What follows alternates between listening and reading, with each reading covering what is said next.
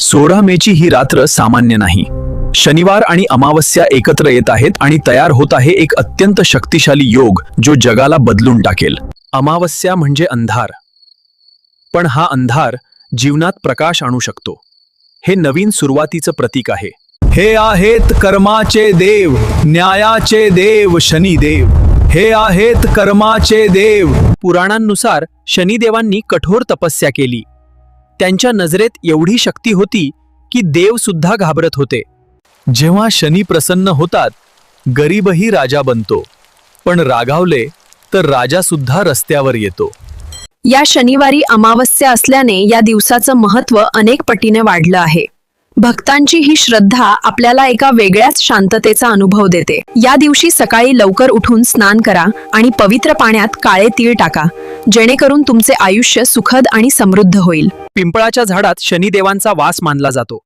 म्हणूनच या पवित्र वृक्षाची पूजा करताना मनामध्ये अपार श्रद्धा आणि भक्तीचा भाव निर्माण होतो. काळ्या कुत्र्याला भाकरी खाऊ घाला हा उपाय अत्यंत प्रभावी मानला जातो आणि यामुळे तुम्हाला जीवनात सुख, शांती आणि समृद्धी प्राप्त होईल. हनुमान भक्तांवर शनिदेवांचा प्रभाव कमी होतो आणि शांत होतो, कारण भक्तीमध्ये शक्ती असते आणि ती संकटांना दूर ठेवते. ओम शं शनैश्वराय नमः.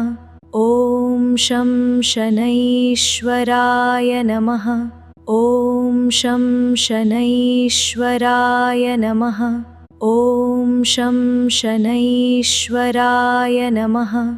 ओम शं शनैश्वराय नमः. या दिवशी कोणाचाही अपमान करू नका, कारण कर्माचं फळ हे कधीही आणि कोणत्याही स्वरूपात तुम्हाला भोगावे लागू शकते. सावध रहा. एका भक्ताने श्रद्धेने पूजा केली आणि त्याचं आयुष्य बदललं.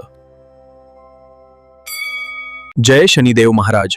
तुमच्या सर्व संकटांचा अंत होवो ही प्रार्थना तुमच्या आयुष्यात सुख आणि समृद्धी घेऊन येवो. कमेंटमध्ये लिहा जय शनिदेव आणि सबस्क्राईब करा आमच्या भक्तिमय व्हिडिओंसाठी, जेणेकरून तुम्हाला असेच आध्यात्मिक व्हिडिओ दररोज पाहायला मिळतील.